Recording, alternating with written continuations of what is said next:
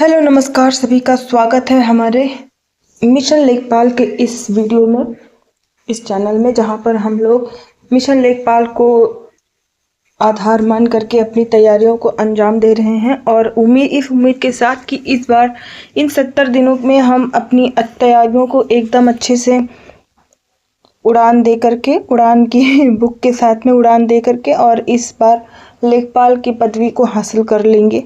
और इसी के साथ जो है, जैसा कि हम आप सभी के सामने एनसीईआरटी की फुल कंप्लीट एनसीईआरटी की जीके लेकर के आते हैं हर दिन, और कोशिश करती हूँ कि सारे सब्जेक्ट के रहें और धीरे धीरे मेहनत कर रहे हैं। धीरे धीरे टाइमिंग पूरी सेट हो जाएगी और फिर सारे सब्जेक्ट के साथ भी आएगा। और 3 सब्जेक्ट का इस टाइम पे चालू हो चुका है, जो कि भूगोल है, पॉलिटी है और है हमारा इतिहास है।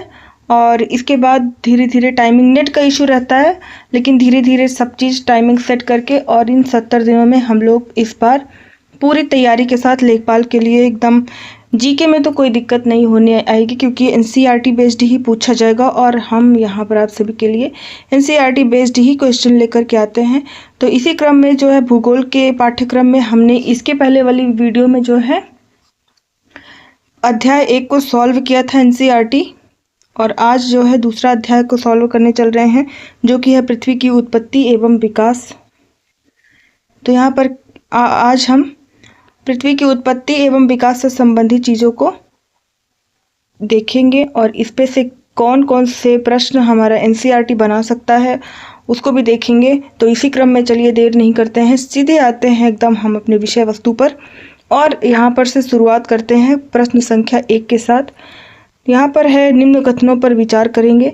सबसे पहले नीचे हम लोग को देखना है, ठीक, पूछा क्या है, यही अगर हम लोग नहीं देखते यहीं से कन्फ्यूजन होता है। यहाँ पर यह पूछा है कि उपर्युक्त कथनों में सत्य कथन का चयन करें। तो यहाँ पर सत्य कथन हमें ढूंढना है, चाहे जितना भी देखिए हम इसको वो करेंगे, छोटा करेंगे, लेकिन इसका आंसर दिखता ही रहेगा। तो अभी हम इसको इसी प्रकार से करते हैं। इसके बाद जो है एक प्रैक्टिस सेट लेके आएंगे। जिस दिन ये बुक ख़त्म हो जाएगी उस दिन वो बुक प्रैक्टिस सेट लेकर आएंगे, तो उसके नीचे जो है उसका विवरण नहीं दिया रहता है, तो वहाँ पे हम उस हिसाब से चलेंगे, ठीक है। अभी के लिए हम लोग इसको ऐसे ही देखते हैं। तो यहाँ पे है कि सत्य कथन को हमें पहचानना है। पहला है कि पृथ्वी के उद्भव के समय वायुमंडल में ऑक्सीजन की अधिक मात्रा विद्यमान थी, तो जो कि बिल्कुल भी गलत है।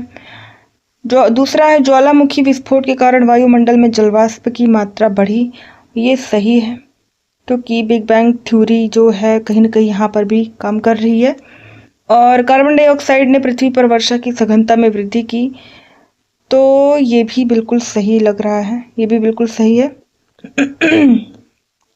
जैसा कि आंसर में भी दिया गया है कि 2 और 3 जो है सही है। आइए इसका विवरण देखते हैं। पृथ्वी के उद्भव के साथ वायुमंडल में जलवाष्प, नाइट्रोजन, कार्बन डाइऑक्साइड, मीथेन व अमोनिया अधिक मात्रा में थे, ठीक है, जबकि स्वतंत्र ऑक्सीजन बहुत कम मात्रा में विद्यमान थी। लगातार ज्वालामुखी विस्फोट से वायुमंडल में जलवाष्प की मात्रा बढ़ने लगी, जैसा कि कथन 2 में दिया गया है, और पृथ्वी के ठंडा होने के क्रम में जलवाष्प का संघनन शुरू हो गया, ठीक। जबकि जलवाष्प की मात्रा बढ़ेगी तभी जलवाष्प का संघनन होगा, कंडेंसेशन होगा, और तभी फिर बारिश होगी। वायुमंडल में उपस्थित कार्बन डाइऑक्साइड के वर्षा के पानी में घुलने से तापमान में और ज़्यादा गिरावट आई, फलस्वरूप अधिक संघनन व अधिक वर्षा हुई, ठीक है। और इस तरीके से हुआ पृथ्वी का विकास, पृथ्वी की उत्पत्ति। और आइए चलते हैं क्वेश्चन नंबर 2 पे। भूवैज्ञानिक काल में किस महाकल्प में डायनासोरों का समाप्त हो गया था? तो यहाँ पर ये हम सबको पता है कि मीसोजोइक एज में जो है डायनासोरों का अस्तित्व समाप्त हो गया था। विवरण में चलते हैं तो मध्यजीवी यानी मीसोजोइक एरा का समय आज से 6.5 करोड़ से 24.5 करोड़ वर्ष पूर्व का माना जाता है। पृथ्वी पर पहले स्तनपायी जानवरों का विकास इसी काल में हुआ था, ठीक। ये बहुत ही इंपॉर्टेंट है। पृथ्वी पर पहले स्तनपायी जानवरों का विकास, सबसे पहले स्तनपायी जानवरों का विकास किस काल में हुआ था? तो मीसोजोइक या मध्यजीवी युग में, ठीक। इस महाकल्प में 3 कल्प गुजरे। अगर पूछे कि मीसोजोइक में कितने कल्प थे, तो 3 कल्प थे। क्रिटेशियस, जुरासिक एवं ट्रियासिक, ठीक, इन कल्पों के नाम हैं। इनमें ट्रियासिक सबसे प्राचीन और क्रिटेशियस सबसे नवीन कल्प रहा है। ये सारी जो है लाइनें बहुत ही इंपॉर्टेंट हैं। क्रिटेशियस कल्प में डायनासोर इस पृथ्वी से विलुप्त हो गए। और क्रिटेशियस कल्प कब का है? मीसोजोइक एरा का ही 3 पार्ट में से पहला जो है क्रिटेशियस कल्प ही है, तो उसी में डायनासोर विलुप्त हो गए। और जबकि इसके ठीक पहले जुरासिक युग में डायनासोरों का युग रहा था। ठीक, आइए चलते हैं क्वेश्चन नंबर 3 की तरफ। निम्नलिखित कथनों पर विचार करें। इसमें सबसे पहले देखते हैं पूछना क्या है। उपरोक्त कथनों में सत्य कथन का चयन करना है। ठीक, तो आइए पढ़ते हैं, देखते हैं कि क्या क्या सही है। पहली है, महासागरों की अनुमानित उम्र लगभग 400 करोड़ साल है, तो ये बिल्कुल सही है। महासागरों की अनुमानित आयु लगभग 400 करोड़ है। दूसरा है, लगभग 380 करोड़ वर्ष पूर्व पृथ्वी पर जीवन का विकास हुआ। ये भी सही है। आते हैं कथन नंबर 3 पर। 250 से 300 करोड़ वर्ष पूर्व प्रकाश संश्लेषण की क्रिया पनपी। ये भी सही है। बट महाद्वीपों से ही पृथ्वी पर जीवन की उत्पत्ति हुई, ये गलत है। ठीक है, आइए विवरण में जानते हैं। पृथ्वी पर उपस्थित महासागर पृथ्वी की उत्पत्ति से लगभग 50 करोड़ सालों के अंतर्गत बने। उत्पत्ति के जो है पृथ्वी के उत्पन्न होने के 50 करोड़ साल के अंतर्गत बने थे महाद्वीप। तो फिर कैसे द्वीपों से पृथ्वी की उत्पत्ति हो जाएगी? महाद्वीपों की उत्पत्ति ही पृथ्वी की उत्पत्ति के बाद हुई है, तो ये तो गलत होना ही था। आते हैं, इससे हमें पता चलता है कि महासागर 400 करोड़ साल पुराने हैं। लगभग 380 करोड़ सालों पहले जीवन का विकास हुआ। यद्यपि लगभग 250 से 300 करोड़ साल पहले प्रकाश संश्लेषण प्रक्रिया विकसित हुई, एक लंबे समय तक जीवन केवल महासागरों तक सीमित रहा। जीवन की उत्पत्ति महासागरों में हुई, ना कि महाद्वीपों में। ठीक है, यहाँ पे नहीं हुई बल्कि महासागरों में हुई है। अगर यही कथन 4 में दिया गया होता कि जीवन की उत्पत्ति महासागरों में हुई है, तो ये सही हो जाता है। आइए प्रश्न संख्या 4 पे आते हैं। पृथ्वी के संबंध में निहारिका परिकल्पना, नेब्यूलर हाइपोथीसिस किस विद्वान दार्शनिक ने प्रस्तुत की थी? तो यहाँ पे निहारिका परिकल्पना जो है लाप्लेस ने प्रस्तुत की थी। विवरण में देखेंगे, पृथ्वी की उत्पत्ति के संबंध में विभिन्न दार्शनिकों और वैज्ञानिकों ने परिकल्पनाएं प्रस्तुत की हैं। इनमें से प्रारंभिक एवं लोकप्रिय मत जर्मन वैज्ञानिक इमैनुएल कांट का है। 1796 ईस्वी में गणितज्ञ लाप्लेस ने इसका संशोधन प्रस्तुत किया था। ठीक है, और जिसे निहारिका परिकल्पना के नाम से जाना जाता है। अगर सन भी आपसे पूछे तो 1796 में। इस परिकल्पना के अनुसार ग्रहों का निर्माण धीमी गति से घूमते हुए पदार्थों के बादलों से हुआ, जो कि सूर्य के युवा अवस्था से संबद्ध थे। बाद में 1900 में चेम्बरलिन और मोल्टन ने इसका संबंध, ये लास्ट वाली लाइन इतना इम्पोर्टेंट नहीं है। ये पूछ सकते हैं कि परिकल्पना में क्या है, तो इस परिकल्पना के अनुसार यहाँ से लेकर के आप ग्रहों का निर्माण जो है यहाँ तक आप इम्पोर्टेंट है। ठीक है, आइए क्वेश्चन नंबर 5 पे चलते हैं। निम्न युग्मों को सुमेलित करें। युग है और जीवन की मुख्य घटनाएं हैं, तो जवाब में है अतिनूतन। यहाँ पे हमें जो है मिलान करना है। अतिनूतन कौन सा है? तो आरंभिक मनुष्य के पूर्वज हैं, अतिनूतन में आ जाएंगे।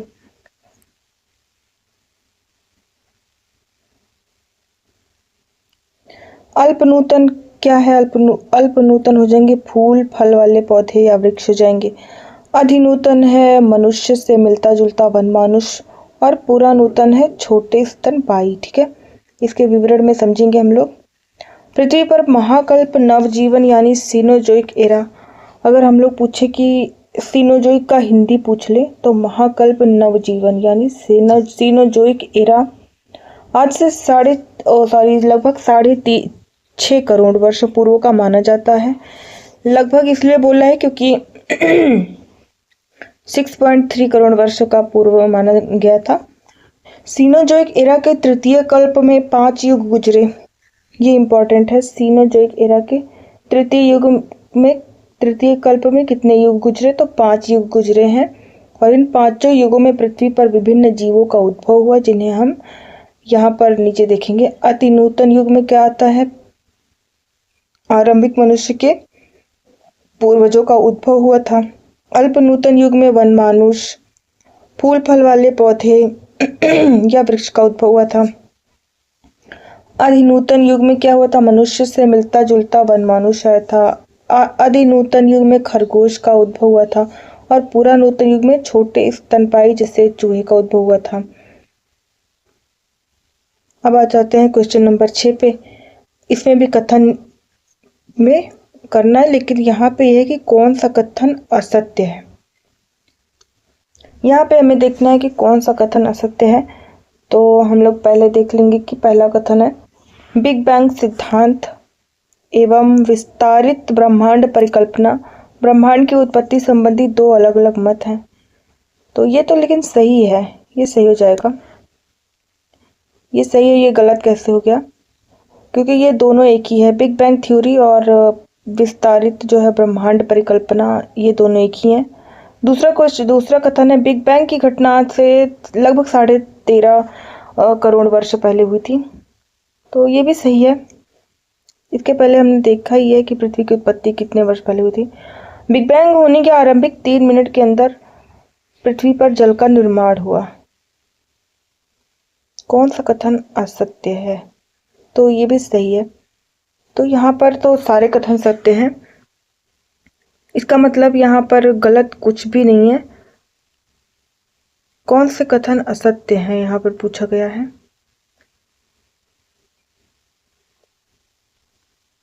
तो यहाँ पर हो जाएगा उपर्युक्त सभी, क्योंकि यहाँ पर गलत कुछ भी नहीं है, इसलिए जो है यहाँ पर सभी कथन असत्य हो जाएंगे। और इसी बात का हमें विशेष ध्यान रखना है कि हम यहाँ पर पूछा क्या गया है कि ये कथन सत्य है या असत्य है। तो विवरण में देखेंगे, आधुनिक समय में ब्रह्मांड की उत्पत्ति संबंधी सर्वमान्य सिद्धांत बिग बैंग सिद्धांत है। इसे विस्तारित ब्रह्मांड परिकल्पना भी कहा जाता है। 1920 में एडविन हब्बल ने प्रमाण दिए कि ब्रह्मांड का विस्तार हो रहा है। वैज्ञानिकों का मानना है कि बिग बैंग की घटना आज से 13.7 अरब वर्ष पहले हुई थी। ये भी सही हो गया। और आज भी ब्रह्मांड का विस्तार जारी है, ये तो सभी को पता है। बिग बैंग होने के आरंभिक 3 मिनट के अंतर्गत ही पहले परमाणु का निर्माण हुआ। तो बिल्कुल ये सारे क्वेश्चन सही है, ये सारे कथन सही हैं, इसलिए गलत कुछ भी नहीं है। तो यहाँ पे आंसर हो जाएगा उपयुक्त सभी। और प्रकाश वर्ष क्या है? प्रकाश वर्ष क्या है? दूरी का मात्रक, ये सभी को पता है। प्रकाश वर्ष समय का नहीं वरन दूरी का मात्रक है। प्रकाश की गति 3 लाख किलोमीटर प्रति सेकंड है। अतः ये है कि एक साल में प्रकाश जितनी दूरी तय करेगा वह एक प्रकाश वर्ष होगा। 9.461 × 10⁻12 किलोमीटर के बराबर है एक प्रकाश वर्ष। ठीक है। पृथ्वी व सूर्य की औसत दूरी 14,95,98,000 लगभग 15 करोड़ किलोमीटर है। प्रकाश वर्ष के संदर्भ में यह प्रकाश वर्ष का केवल 8.311 है। आते हैं प्रश्न संख्या 8 की तरफ। यहाँ पर क्या पहले पूछा क्या है? कथन ए व अच्छा कथन और कारण दिए गए हैं और इन पे हमें ये करना है कि कौन सा कथन सत्य है और कौन सा कारण सत्य है। ठीक है। तो प्रारंभिक ब्रह्मांड में कथन पहले पढ़ेंगे। प्रारंभिक ब्रह्मांड में ऊर्जा व पदार्थ का वितरण समान नहीं था। तो ये तो बिल्कुल सही है, क्योंकि शुरू में कहाँ ही कुछ, अभी तो शुरुआत ही हो रहा था ना ब्रह्मांड का, तो ऊर्जा और पदार्थ का वितरण कैसे समान हो सकता था। कारण में देखेंगे, ब्रह्मांड की उत्पत्ति एक विस्फोट में हुई थी और कारण भी सही है, क्योंकि ये विस्फोट जब भी आप इस बात से समझे एकदम इजीली कि जब भी अगर एक बम ही फटता है तो सारी चीज़ें तितर बितर हो जाती हैं, इधर उधर हो जाती हैं। कोई भी चीज़ समान रूप से एकदम एक जगह पे व्यवस्थित नहीं रहता है। फिर जब पृथ्वी की उत्पत्ति विस्फोट से हुई तो फिर कैसे ऊर्जा और पदार्थों का वितरण समान होता। इसलिए जो है दोनों कथन सही है और कारण भी उचित व्याख्या करता है उसकी। आइए विवरण में देखते हैं। कथन एवं कारण दोनों सत्य हैं और उचित व्याख्या भी करता है, जैसे कि पहले देखा।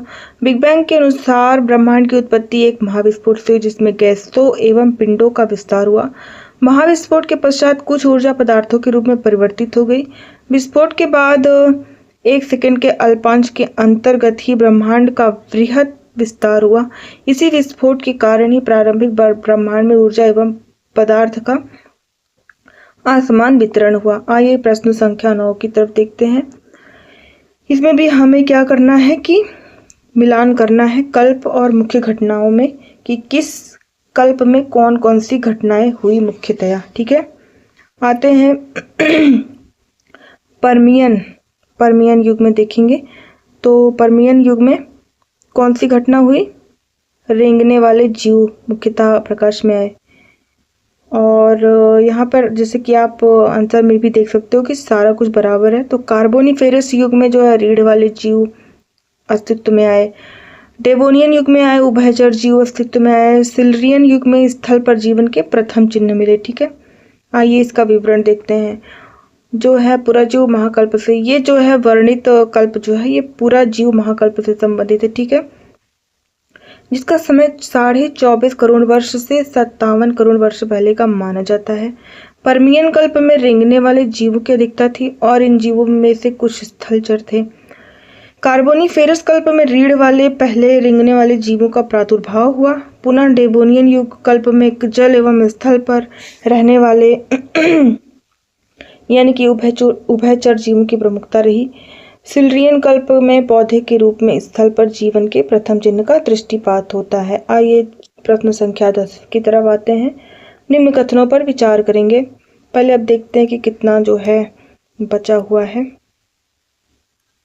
तो आराम से हो जाएगा। 18 ही क्वेश्चन है पृथ्वी की उत्पत्ति के विकास में। तो आइए प्रश्न संख्या 10वां देखते हैं। निम्न कथनों पर विचार करेंगे। यहाँ पर भी सबसे पहले हम लोग देखेंगे कि पूछा क्या है। उपरोक्त कथनों में से असत्य कथन का चयन करें। तारों का समूह निहारिका कहलाता है, ये भी गलत है। ठीक है, तारों का समूह निहारिका नहीं कहलाता है, ये भी गलत है। हाइड्रोजन गैस के बने विशाल बादल आकाशगंगा गलत है, बिल्कुल ही गलत है। खगोलीय पिंडों के गुरुत्वाकर्षण बल में भिन्नता का कारण उनका गैसीय आवरण होता है, बिल्कुल गलत है। और यहाँ पर सभी कथन गलत हो जाएंगे। ठीक है, आइए प्रश्न संख्या 11 की तरफ देखते हैं और जल्दी जल्दी चलेंगे। डी का जो है विवरण भी देख लेंगे और 10वें क्वेश्चन का। प्रारंभिक ब्रह्मांड में ऊर्जा व पदार्थ का वितरण समान नहीं था। घनत्व में आरंभिक भिन्नता से गुरुत्वाकर्षण बलों में भिन्नता आई। एक आकाशगंगा विभिन्न तारों का समूह है। एक आकाशगंगा जो है विभिन्न तारों का समूह है। आकाशगंगा के निर्माण की शुरुआत हाइड्रोजन गैस से बने विशाल बादल के संचयन से होती है, जिसे निहारिका कहा गया। क्रमशः इसी बढ़ते हुए निहारिका में गैस के झुंड विकसित हुए। ये झुंड बढ़ते बढ़ते घने गैसीय पिंड बने, जिनसे तारों का निर्माण आरंभ हुआ। संख्या 11 को देखते हैं। प्रसिद्ध विज्ञान हॉयल ने ब्रह्मांड के संबंध में निम्न में से कौन सा सिद्धांत प्रस्तुत किया है? तो हॉयल ने प्रस्तुत किया था स्थिर अवस्था संकल्पना। ठीक, ब्रह्मांड का विस्तार का अर्थ है आकाश गंगाओं के बीच की दूरी में विस्तार का होना। हॉयल ने इसका विकल्प स्थिर संरचना अवस्था संकल्पना के नाम से प्रस्तुत किया। इस संकल्पना के अनुसार ब्रह्मांड किसी भी समय में एक ही जैसा रहा है। यद्यपि ब्रह्मांड के विस्तार संबंधी अनेक प्रमाणों के मिलने पर वैज्ञानिक समुदाय अब ब्रह्मांड विस्तार सिद्धांत के ही पक्षधर हैं। अर्थात ये है कि ब्रह्मांड का विस्तार लगातार हो रहा है। ठीक है, अधिकांश वैज्ञानिक उसके पक्षधर हैं। अब निम्न कथनों में से असत्य कथनों का चयन करना है। पृथ्वी एवं मंगल भीतरी ग्रह की श्रेणी में शामिल हैं, सत्य है। शनि एवं बृहस्पति बाहरी ग्रह की श्रेणी में शामिल है, सत्य है। बुध एवं शुक्र पार्थिव ग्रह की श्रेणी में नहीं आते हैं श्रेणी में, अर्थात यही गलत हो जाएगा। शनि एवं बृहस्पति जोविनियन ग्रह की, ये तो बिल्कुल सही है। हमारे सौर मंडल में कुल 8 ग्रह हैं। इन 8 ग्रहों में बुध शुक्र पृथ्वी व मंगल भीतरी ग्रह कहलाते हैं। ठीक है, इसको सब यहाँ पर हम जैसे एकदम ऐसे लिखना है आपको कि यहाँ पर अगर भीतरी ग्रह मान लीजिए, ये भीतरी ग्रह है, भीतरी का क्या आगे लिख लीजिए बुध, शुक्र, मंगल एंड पृथ्वी। ठीक, लिखना यहाँ पर मुश्किल हो रहा है, आप सभी आई होप समझ जाएंगे, क्योंकि ये सूर्य व क्षुद्र ग्रहों की पट्टी के बीच में स्थित है। ठीक, क्यों ये भीतरी ग्रह है? क्योंकि ये क्षुद्र ग्रहों एस्टेरॉइड्स और सूर्य के पट्टी के बीच में स्थित है। ठीक, अन्य चार ग्रह जो हैं बाहरी ग्रह कहलाते हैं। बुध, शुक्र, पृथ्वी व मंगल भीतरी हैं, इसके अलावा अन्य जो हैं वो बाहरी ग्रह कहलाएंगे। ठीक, पहले चार ग्रह पार्थिव ग्रह भी कहे जाते हैं। ठीक है, पहले चार ग्रह अर्थात कौन से? बुध, शुक्र, पृथ्वी व मंगल को पार्थिव ग्रह भी कहते हैं। इसका अर्थ ये है कि ये ग्रह पृथ्वी की भांति ही शैलों एवं धातुओं से बने हैं। अन्य चार ग्रह गैस से बने विशाल ग्रह या जोवेनियन ग्रह कहलाते हैं।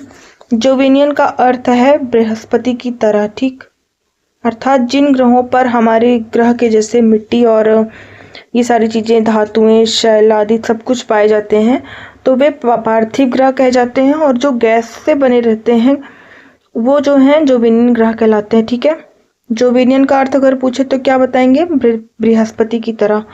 प्रश्न संख्या 13 की तरफ आते हैं। निम्न कथनों पर विचार करना है। सबसे पहले ये देखना है कि इसमें क्या कथन करना है, सत्य कथन का चयन करना है। ठीक है, तो बुध एवं शुक्र कोई उपग्रह नहीं है, बिल्कुल ये उपग्रह नहीं है, ये भाई ग्रह है। सबको पता है कि बुध एवं शुक्र ग्रह है, न कि उपग्रह है। उपग्रह का अर्थ क्या है? कि जो ग्रहों के चारों ओर चक्कर लगाते हैं वो होते हैं उपग्रह, और ग्रह क्या होते हैं? जो सूर्य के चारों ओर चक्कर लगाते हैं। तो बुध एवं शुक्र सूर्य के चारों ओर चक्कर लगाते हैं, इसलिए ग्रह हैं। दूसरा कथन है चंद्रमा की उत्पत्ति द बिग स्प्लैट का परिणाम मानी जाती है, तो ये भी सही है। तीसरा कथन है चंद्रमा की उत्पत्ति 4.44 अरब वर्ष पूर्व हुई थी, ये भी सही है, और यहाँ पर सभी कथन सत्य हो जाएंगे।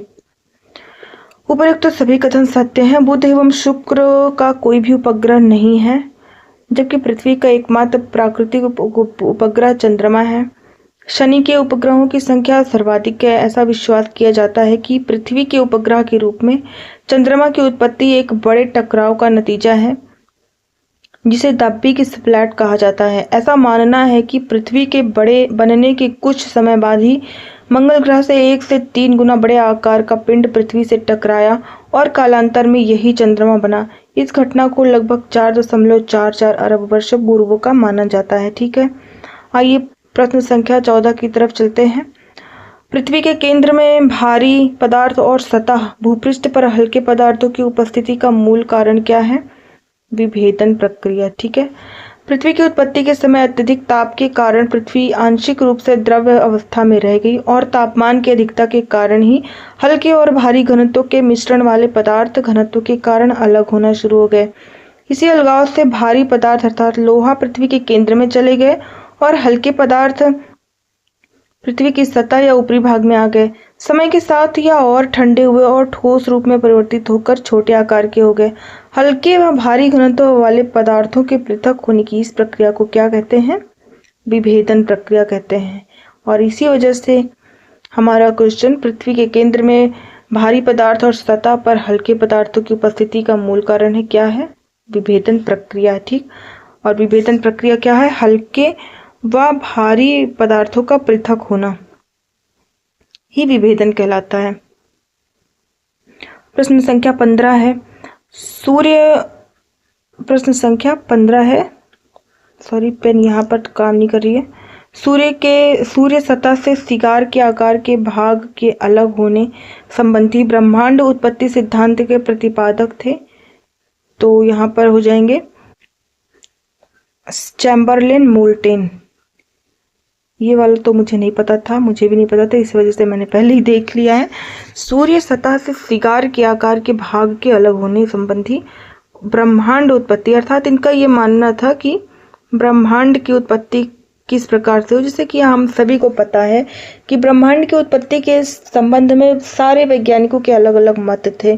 बहुत सारे वैज्ञानिकों ने बिग बैंग थ्योरी को माना, बहुत सारे वैज्ञानिकों ने कोई और मत को माना, बहुत सारे वैज्ञानिकों ने कुछ और उसी क्रम में हमारे चैम्बरलेन मोल्टेन साहब ने ये माना था कि सूर्य जो ब्रह्मांड है उसकी उत्पत्ति सूर्य की सतह से शिकार के आकार का एक भाग जो है अलग होकर के हम क्या बन जाता है, ब्रह्मांड बन जाता है। और इन्होंने ये सिद्धांत दिया था जो कि मान्य तो नहीं है। निहारिका परिकल्पना को आगे बढ़ाते हुए 1990 ईस्वी में चैम्बरलेन और मोल्टेन ने कहा कि ब्रह्मांड में एक अन्य भ्रमणशील तारा सूर्य के नजदीक से गुजरा। इसके परिणाम स्वरूप तारे के गुरुत्वाकर्षण बल से सूर्य की सतह से सिगार के आकार का कुछ पदार्थ निकलकर अलग हो गया।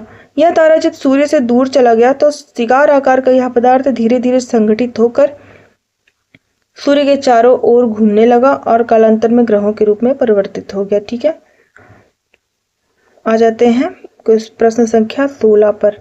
द्वैतारक सिद्धांत के प्रतिपादक कौन थे? आर्टो श्मिट व कार्ल वाइजास्कर थे। द्वैतारक सिद्धांत क्या है, आइए इसको जानते हैं। द्वैतारक सिद्धांत मुख्यतः लाप्लेस द्वारा प्रतिपादित निहारिका परिकल्पना व चैम्बरलेन मोल्टेन द्वारा प्रतिपादित सिगार सिद्धांत का अग्ररूप है। अर्थात इन्होंने भी इसको थोड़ा और आगे करके समझाया, ऐसे यही सब चीज किया था। आइए प्रश्न संख्या 17 की तरफ चलते हैं। सर्वमान्य सिद्धांत और बिग बैंग परिकल्पना के अंतर्गत ब्रह्मांड विस्तार विचार के प्रतिपादक कौन थे? Edwin Hubble. ठीक है, आधुनिक समय में ब्रह्मांड की उत्पत्ति संबंधी सर्वमान्य सिद्धांत है बिग बैंग परिकल्पना। इसे महाविस्फोट परिकल्पना व विस्तारित ब्रह्मांड परिकल्पना भी कहा जाता है। 1920 ईस्वी में एडविन हब्बल ने प्रमाण दिए कि ब्रह्मांड का विस्तार हो रहा है। इसके अनुसार समय बीतने के साथ साथ ब्रह्मांड की आकाश गंगाएं एक दूसरे से दूर हो रही हैं। आइए प्रश्न संख्या 18 और अंतिम प्रश्न की ओर चलते हैं। महाविस्फोट परिकल्पना के अनुसार पहले परमाणु का निर्माण कब हुआ था? तो जो है इसका तो ऑप्शन ही पूरा नहीं है, इसमें मुझे लगता है कि इसका ऑप्शन मैंने ऐड करना भूल गई हूँ। चलिए कोई बात नहीं, इसको अगले भाग में हम ऑप्शन से सहित ऐड करेंगे, क्योंकि यहाँ पर सिर्फ 2 ही ऑप्शन दिया है, ये प्रश्न अधूरा है। इसको लेकर के इसको शामिल करके हम 18वें प्रश्न से अगली क्लास में कल रात में 10 बजे आपको ये इसकी अगली क्लास मिल जाएगी। ठीक है, आप सभी इसी तरीके से एनसीईआरटी कंप्लीट एनसीईआरटी को पढ़ने के लिए और लेखपाल की परीक्षा में और आगामी किसी भी परीक्षा में उचित मार्क्स को प्राप्त करने के लिए आप सभी लोग हमारे साथ जुड़े रहिए और हमारे साथ जुड़िए सभी लोग, ज़्यादा से ज़्यादा लोग, क्योंकि हम सभी को पता है कि एनसीईआरटी आज के युग में कितना ज़्यादा इम्पोर्टेंट अपना स्थान रखने लगा है। तो उसी के मद्देनज़र हम ये सीरीज लेकर के आए हैं आप सभी के समक्ष, और उम्मीद करती हूँ कि सारे लोग इसमें हमारा साथ देंगे इस सफ़र में, मिशन लेखपाल के सफ़र में, और आगामी आने वाले आरओ की परीक्षा में और यूपीपी की परीक्षा में। इन तीनों की परीक्षाओं को हमें एकदम एनसीईआरटी को मजबूत करना है, क्योंकि एनसीईआरटी से संबंधित क्वेश्चन ही पूछे जाते हैं। आजकल आप सभी को पता है कि सरकार ने भी, गवर्नमेंट ने भी हमें एकदम से बता दिया है कि एनसीईआरटी बेस्ड क्वेश्चन ही पूछे जाएंगे और एनसीईआरटी ही हमें कंप्लीट करना है। तो सब एकदम कंप्लीट हमें कर लेना है और हम धीरे धीरे सारे सब्जेक्ट कंप्लीट एनसीईआरटी का जीके आप सभी के सामने लेकर के आएंगे। और इसीलिए आप सभी लोग से रिक्वेस्ट है कि सभी लोग जुड़िए और इस सफ़र में हमारा साथ दीजिए, और ना सिर्फ सफ़र में साथ देना है बल्कि मंजिल को भी पाना है। ठीक है, और इसी के साथ बड़ी ही शुभकामनाओं के साथ हम आज की क्लास हमारी पूरी होती है। और बाय बाय सभी को, टेक केयर, धन्यवाद। ठीक है।